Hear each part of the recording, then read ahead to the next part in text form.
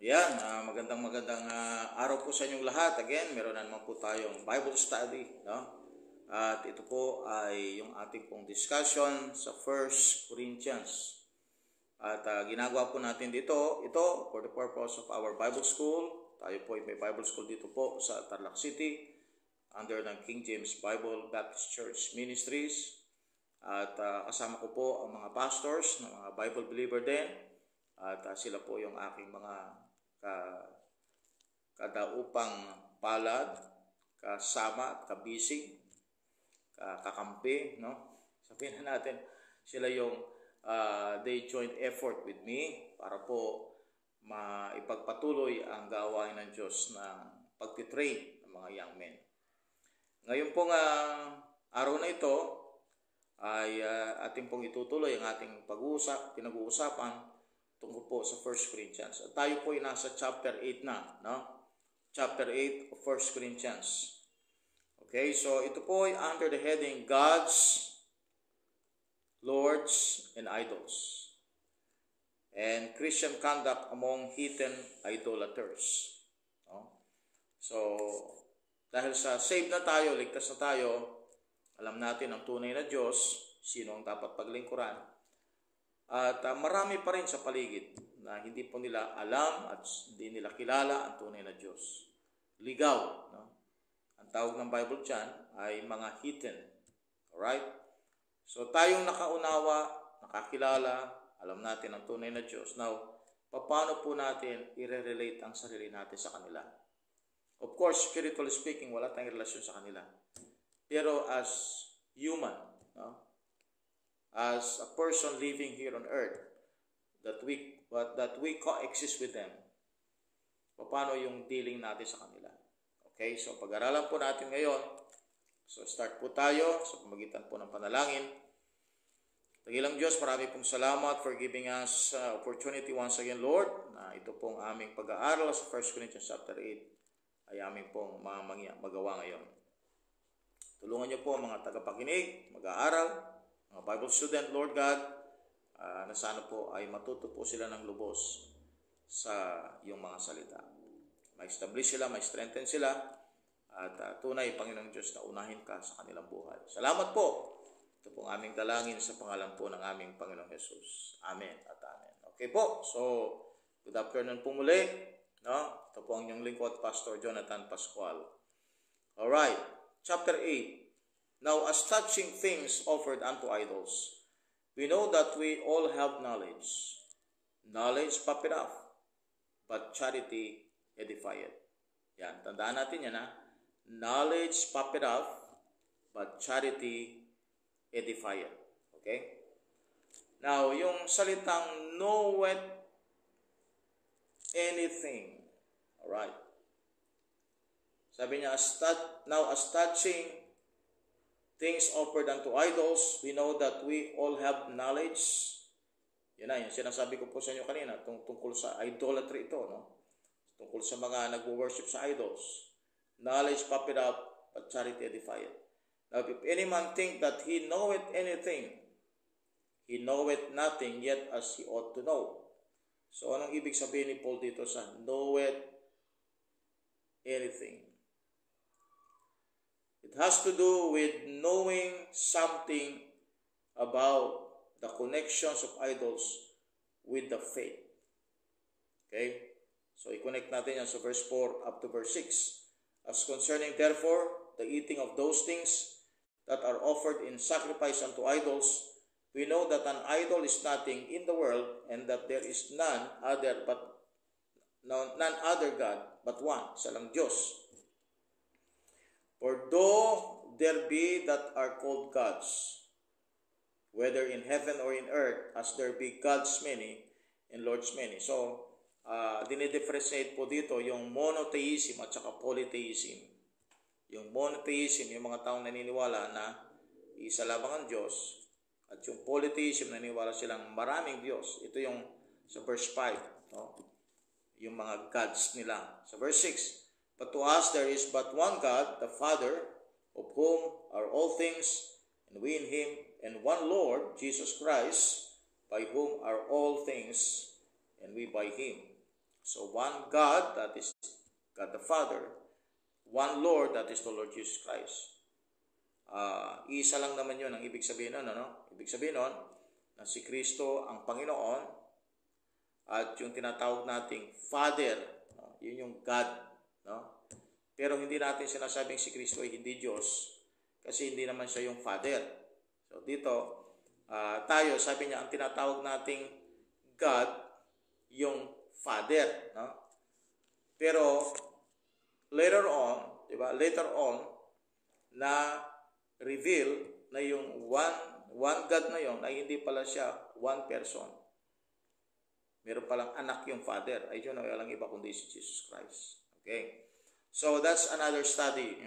Sa Trinity po yun, no? Pero basta iiwan na lang natin ganun. One God, the Father. Di sinasabing one God, the Father alone. Yun yung sinasabing yun. Sapagkat ang tinatawag nila na Ama, yung Diyos. Okay, tandaan natin yun, ha? Okay, hindi yan parang ina-accept si Kristo. Hindi na siya Diyos kasi ang God ay yung Father lang. Walang ganon. Walang ganon. Sinabi lang dito, but to us, there is but one God, the Father. Tawag natin doon sa God na yon, Father, Ama. Okay? Now, kung makita po ninyo dito, mga kapatid, no? Up to even verse 10 and 13, sabi niya, for if any man see that thee which has knowledge sit at meat in the idol's temple, shall not the conscience of him which is weak be emboldened to eat those things which are offered to idols? Verse 13, wherefore if meat make my brother to offend, I will eat no flesh while the world standeth, lest I make my brother to offend. So, madali po lang maintindihan ito. Ibig sabihin, no, kung alam mo, no, kung alam mo na kung ano yung tama, di ba? Now, you have to be flexible. You have to be understandable. Dapat naunawaan mo, no, na may problema sa mga hitin. Naunawaan mo dapat yun. Naunawaan mo na ikaw ay different sa kanila. Naunawaan mo na kung bakit hindi ka pwedeng kumain na kasama nila at kumain ng pagkain ng mga in-offer sa idols. So you have to have the knowledge of your position, the knowledge of your belief and faith. At dapat talagang alam mo yung differentiation ng dalawa, no? Yung idolatrous at saka yung totoong nagsasamba sa Diyos. Okay? Para pag dumating ang panahong nag-ipon, nagsama-sama, no? Alam mo yung iyong magiging behavior, no? You have to be tactful, no? Now, sabi niya, now as touching things offered unto idols. Ang pinag-usapan dito kasi yung mga ino-offer sa idols. Sabi niya, we know that we all have knowledge. Alam na natin, no? Hindi dapat yun kainin. Okay? Hindi dapat yun ang maging pagkain natin, no? So, ano dapat maging pagkain natin? Pagkain na hindi hinanda sa mga idols. Alright? Now, kaya sabi niya, knowledge puff it up, but charity, you see the word there, charity, edify it. Yung knowledge daw, marami kang alam, magpa-pop up yun. Pero dapat, yung knowledge, hindi dapat nahinto doon sa knowledge lang. Dapat, you have to have that charity. Because charity, edify it. Nagpapatatag, nagpapatibay, na-educate ang tao through charity. So, hindi lang dahil sa marami kang alam sa Bible, okay? Now, hanggang doon ka na lang, no? Hindi po, mga kapatid, dapat alam mong dalhin ito. Alam mong gamitin itong knowledge na ito.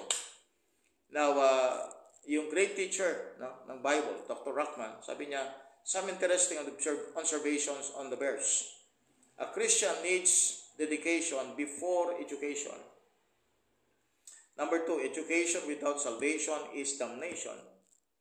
Number 3, now that America has knowledge and daily information everywhere, and courage and integrity nowhere, yun ang problema. Wala silang knowledge. They have the knowledge, but courage and integrity, wala. Okay, kaya nga, knowledge puff it up. So, hindi dapat nahinto sa pagkuha ng information. No? Kasi ngayon, marami ngayon sa social media, nagtuturo. So, lumalaki naman yung ulo ng iba na natututo sa Bible. Pero hindi po dapat ganun. Charity still pa rin. Charity pa rin ang nagbibigay ng mas maraming nagagawa ang charity. Okay? Now, so charity is the one that should be present always. No? Kaya nga meron tayong tinatawag charitable institution. Charitable, ibig sabihin nyo, extend your help, extend your care, extend mo yung pag-ibig mo sa tao. Okay? Kasi nga, yung iba dyan, di pa nila alam ang tunay na Diyos. At they are going to act accordingly to sa kanilang belief. Alright? So, verse 2, if any man think that he knoweth anything, he knoweth nothing yet as he ought to know. But if any man love God, the same is known of him. As concerning therefore the eating of those things that are offered in sacrifice unto idols. Alright? We know that an idol is nothing in the world, and that there is none other God but one. For though there be that are called gods, sino yung mga gods na yon? No? Yung mga gods sa Corinthians kasi, alam mo yung mga yan, di ba? Yung mga Greek gods nila. Marami yung mga yan, mga Greek gods nila. Kaya nga tayo, we have the solar system, no? Named after the Greek gods. The Greek gods and the Roman gods. Alright? Kasi from Greek gods to Roman gods. Kaya nga, yung Venus, ano na yan Roman gods na yan. Pero yan yung si Aphrodite. No? Yan si Aphrodite. Goddess of love. Venus. Alright? Then you have Mercury, Mercurius. Yan yung si Hermes, no? Ng Greek gods. Alright, so yung Jupiter naman, that is Zeus. That's the biggest planet. Yun yung Roman god. Siya yung parang leader sa lahat. Si Jupiter. At equivalent niyan ay si Zeus or Zeus, no? Sa Greek gods. So ito yung mga gods nila. Pero kung titingnan niyo mga kapatid, kung babasahin niyo yung Bible, start ka sa Genesis 6. Makita mo, ang tawag diyan sa mga yan, Son of God.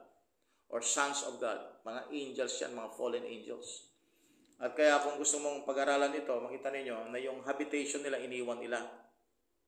Alright? Bumagsak sila sa pagiging tao. They cohabitate with men. Kaya nagkaroon sila ng anak, no? Because they cohabitate with the daughters of men. Nagkaroon sila ng anak, mga giants. Now, you study the Bible in Psalms 82 verse 1. Ito mga gods na ito, mga fallen angels ito. John 10:34, tinawag silang gods. Exodus 7:1 and Exodus 20 verse number 23. Kaya binanggit po sa Exodus na thou shalt have no other gods before me. Kasi nga ang heathen, no, malalim po yung kanilang history diyan sa pagsamba sa mga Diyos-Diyosan. Mga men of renown yan. Nung panahon ni Noah, sinira ang buong mundo, winasak ang buong mundo, at yung population ng buong mundo nangamatay, no? 8 lang ang natira. Alam niyo bakit? Nakorap kasi ang buong mundo sa Genesis 6. Nakorap, naging evil dahil sa mga gods na dumating sa mundo. Okay. So, ano yan? Lumipat-lipat na yan. Salin lahi. Yung paniniwala na yan, nag-transfer. Kaya hanggang ngayon, kahit na hindi na tayo nagsasamba sa mga Greek gods, Roman gods, yung mga Diyos-Diyosan ngayon na naging ribulto. No? Ribulto yan ang mga Greek gods and Roman gods. Kaya nga si Peter, yung kanyang ribulto, yan ang ribulto ni Janus. Kaya si Janus meron susi. Si Peter meron ding susi. Isa lang yung ribulto na yan. Ribulto yan ni Janus. Okay. So nag-transfer yan. Salin lahi. No? For though there be that are called gods, whether in heaven or in earth, as there be gods many and lords many, but to us there is but one God. Pero tayo, sabi niya, isa lang ang Diyos natin, the Father, of whom are all things, and we in Him, and one Lord Jesus Christ. That is the essence of the Trinity, by whom are all things, and we by Him. By Him. No? So tayo lumitaw dahil sa Kanya. No? Lahat ng nangyari, lahat ng nakita natin, dahil sa Kanya. By Him and through Him. Howbeit there is not in every man that knowledge. Yun, sabi niya, hindi naman lahat may alam niyan eh. Hindi sila lahat monotheism. Hindi lahat sila naniniwalang merong isang tunay na Diyos. Lahat sa kanila, basta nakikita nilang pwedeng maging God nila, so nagiging deity nila. No? Kaya nga, ang Shintoism, ang Japanese culture, marami siyang gods million. Ang Hinduism and Buddhism and in different religions in the world, they have many gods. Okay? Kaya nga yan ang mga heathen. Kaya nga pag na-convert sila, isa lang ang magiging Diyos nila. Alright? Yung one God na tinatawag natin sa Bible, na kung saan ipinadala ang kanyang anak na si Kristo. At alam natin, one God na yon, tinawag na Godhead. Sa Colossians chapter 2 verse 9, yung Godhead na yon, made up of three persons. God the Father, God the Son, God the Holy Spirit. Okay. But to us there is but one God the Father, of whom are all things, and we in Him, and one Lord Jesus Christ, by whom are all things, and we by Him. Howbeit there is not in every man that knowledge, for some with conscience of the idol, unto this hour it as a thing offered unto idol, and their conscience being weak is defiled. Now, ito naman yung issue na may mga Christians, ba, galing sila sa heathenism. Hindi kaagad sila nagbago ng behavior. No? They have the right belief of God, but the behavior, because part ng culture na nila eh. Minsan, naghahanda sila sa piyesta. Yun. Akala nila, dahil Kristiyano sila, para magandang loob lang, inahanda nila. Kaya lang isinasaktong piyesta. Nung sila ay unsaved, kaya sila naghahanda. Sila ay naghahanda dahil sa patron. Yung patron saint. Idol yun eh. No? So kaya may piyesta, idolatry yan eh. Ngayon, may mga Christians na hindi kaagad na-develop, no? Yung pagiging separatist nila o paghiwalay nila sa mundo. Hindi kaagad na-develop. Ito yung point ni Paul. Alright? Tanda natin sa Corinthians, marami pa rin mga carnal, maraming babe. No? Kaya itong mga issue na ito pumapasok sapagkat they're not yet really standing for what is right. Yung iba, nandito pa rin sila, siligtas na sila, pero nandun pa rin sila. Parang buhay pa rin ng mga nakaraan nila. Okay? Howbeit there is not in every man that knowledge, for some with conscience of the idol unto this hour, it as a thing offered unto an idol, and their conscience being weak is defiled. So ano yung conduct naman natin bilang Kristiyano among heathen, idolaters? But meat commended us not to God, for neither if we eat are we the better, neither if we eat not are we the worse. Okay. So, basahin natin po sa cross-reference yan, yung verse number 8, doon sa Colossians 2:16. Tayo sa Colossians 2:16 and 23. Colossians 2:16 and 23. Alright. Sabi niya dito, let no man therefore judge you in meat, or in drink, or in respect of an holiday, or of the new moon, or of the Sabbath days. Kasi galing sila sa kultura ng mga Hudyo. Ngayon, kung naging Kristiyano sila, siyempre, wala na yon. Wala nang Sabbath, wala nang holiday, wala nang new moon, wala na yung pagkain na in-offer sa feast. At minsan, dahil sa culture, tinatamaan yung kanilang magandang patutuo. Kasi bakit? Bagaman sila yung Kristiyano, siyempre aalis na sila sa mga pagkain na in-offer sa idol. Kaya lang ito naman nakakakita, lalo na yung mga bago pa lang nakakita, parang hindi nila nagugustuhan. Doon dumarating yung confusion. Paano ngayon ang isang Kristiyano tatayo sa gitna ng ganitong issue at ano ang dapat niyang gawin? Now, sabi niya, hindi naman issue yung pagkain. Okay? Ang issue dyan, yung in-offer na pagkain sa idol. Now, verse 9 is very, very important. Sabi niya, but take heed lest by any means this liberty of yours become a stumbling block to them that are what? Weak. Okay. Kasi nga, ang weak tinatawag dito yung mga bago, siyempre ang alam nila na yung in-offer sa idol, alam nila yon, no? Dahil nga hindi na idolatry sila eh. Nagkaroon na sila ng tunay na Diyos eh. Nakita nila ito na dapat ay hindi na kainin. Okay. Kaya lang nga, dumadating doon sa point na talagang pag nagsama-sama, ito na, example dyan, si Peter. Si Peter, kasama niya yung mga Gentiles. Pero nung dumating yung mga Hudyo, umalis siya. Nag-separate kasi natakot siya doon sa mga Hudyo. So, binlame siya ngayon ni Paul dahil sa kanyang behavior. Now, so, pagka may kainan, piyestahan, for example, in-offer sa'yo, okay, ano ang gagawin mo? Alright. Maging honest ka lang kung talagang ikaw ay hindi tatanggap ng pagkain na galing sa piyesta. Maging honest ka lang, sabihin mo sa kanila na I am no more eating that. For the sake of what? For the sake of new converts. Kasi pag nakita nila nakikain ka pa sa piyestahan, magtataka sila. Oh, di ba? Hindi na tayo dati. Iba na tayo. Hindi na tayo sumasamba sa Diyos-Diyosan. Ba't kumakain pa tayo ng pagkain na ganito? Kaya nga, kung talagang maging dahilan para sa mga weak brethren, ang pagkain mo na in-offer sa idols, huwag mo nang gawin. Sinasabi ni Pablo dyan.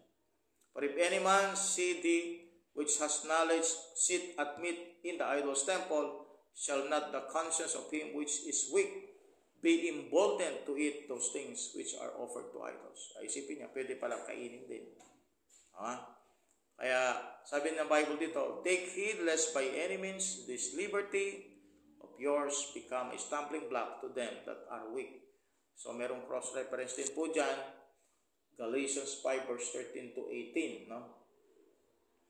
Tapos, yung sinabi po niya sa verse 12, but when ye sin so against the brethren, and won their weak conscience, ye sin against Christ. Oh, pag nagawa mong na-offend mo yung weak brother mo, kasala ka kay Kristo. Cross-reference po dyan ay 1 Corinthians 10, verse 27 to 29. Tignan natin po. 10, verse 27 to 29. If any of them that believe not bid you to a feast, and ye be disposed to go, whatsoever is said before you, eat, asking no question for conscience sake. But if any man say unto you, this is offered in sacrifice unto idols, eat not for his sake that should eat, and for conscience sake, for the earth is the Lord's, and the fullness thereof. Sabi niya, eat not for his sake that should eat, and for conscience sake. In-offer sa'yo, hindi mo alam na, ano pala, pagkain in-offer sa idol, nakain mo na, so wala kang problema. Pero, if you have the knowledge already, yun nga sinasabi niya, alam mo na dapat, anong gagawin mo? Hindi mo nakakainin. Anong dahilan? Because of the other weaker brother. Alright, verse 11, and through thy knowledge shall the weak brother perish for whom Christ died. O yung word na perish yan, parang, ano siya, napahamak siya, yung spiritual niya, na karoon ng malaking problema. Okay, ganun po yun, no? And though thy knowledge shall the weak brother perish, for whom Christ died, but when ye sin so against the brethren, and won their weak conscience, ye sin against Christ. Okay, now verse 13, wherefore if meat make my brother to offend, I will eat no flesh while the world standeth, lest I make my brother to offend. Okay, so you can read Romans 14, kasambayan, ano nito, katulad po nito yan. Romans 14 verse 20 to 21. Okay, ano mga panahon na issue talaga yun. Sa Judaism, may mga feast pa sila. Sa ano naman, sa mga Corinthians, ito yung mga Gentile, sa mga idols naman, idolatry. Romans 14 verse 20, 21. For meat destroy not the work of God. All things indeed are pure, but it is evil for that man who eateth with offense. Yun. Kasi kung pagkain lang ang issue, hindi naman talaga problema yung pagkain. Malinis lahat yan. Pwedeng kainin. Kaya lang ang problema kasi, nakadugtong sa pag-offer sa idol. Verse 21, it is good neither to eat flesh, nor to drink wine, nor anything whereby thy brother stumbleth, or is offended, or is made weak. Yan. Kaya nga, yung word na abstain from all appearance of evil, huwag mong pakikita sa mga brethren na, yun, kahit na umiinom ka ng tubig, huwag mong ilalagay doon sa lalagyan ng whiskey. Kasi isipin nila, umiinom ka ng whiskey. O kaya umuupo ka, akala nila, umupo ka sa mga umpukan ng mga nagiinuman, umupo ka lang doon para makipagkwentuhan, tapos may baso ka na, may malamig na tubig. Tubig lang ininom mo, pero sa itsura kasi, you are drinking with them. Okay? So, ma-offend yung mga tao. Dahil Kristiyano ka na, alam nilang ikaw ay ligtas. Verse 13, wherefore if meat make my brother to offend, I will eat no flesh, while the world standeth, lest I make my brother to offend. That's very clear. Okay? So, nawaan po natin ngayon how we're going to deal with the idolaters. Alright? At paano tayo magdi-deal doon sa mga new converts kapag dumating na doon sa point na inoperan tayo ng pagkain. Pag nalaman natin na ito yung pagkain na inoffer sa idol at meron tayong makasama ng mga new converts, then we have to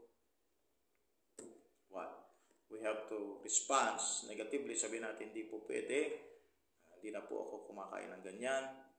So sabihin mo lang honestly. That will strengthen your brother's faith. Okay po, so hanggang doon lang po tayo mga kapatid. Salamat po for joining me. Sa lahat sa mga estudyante natin, mag-aral po kayong mabuti. At pag-aralan yung mabuti yung 1 Corinthians. Okay? So tayo po ay manalangin na. Lord God, salamat po sa blessing na kami po, Panginoong Diyos, ay nagkaroon ng Bible study ngayong oras na ito. Tulungan niyo po ang aming mga estudyante sa King James Bible Believers Institute na sana po ay lalo pang umunlad ang kanilang karunungan, tumibay ang kanilang pananampalataya at magamit silang lubusan sa iyong gawain. Salamat po, Panginoon Diyos. In Jesus' name, Amen. Amen and Amen. Okay, so yun po. At maraming salamat po muli for giving us the opportunity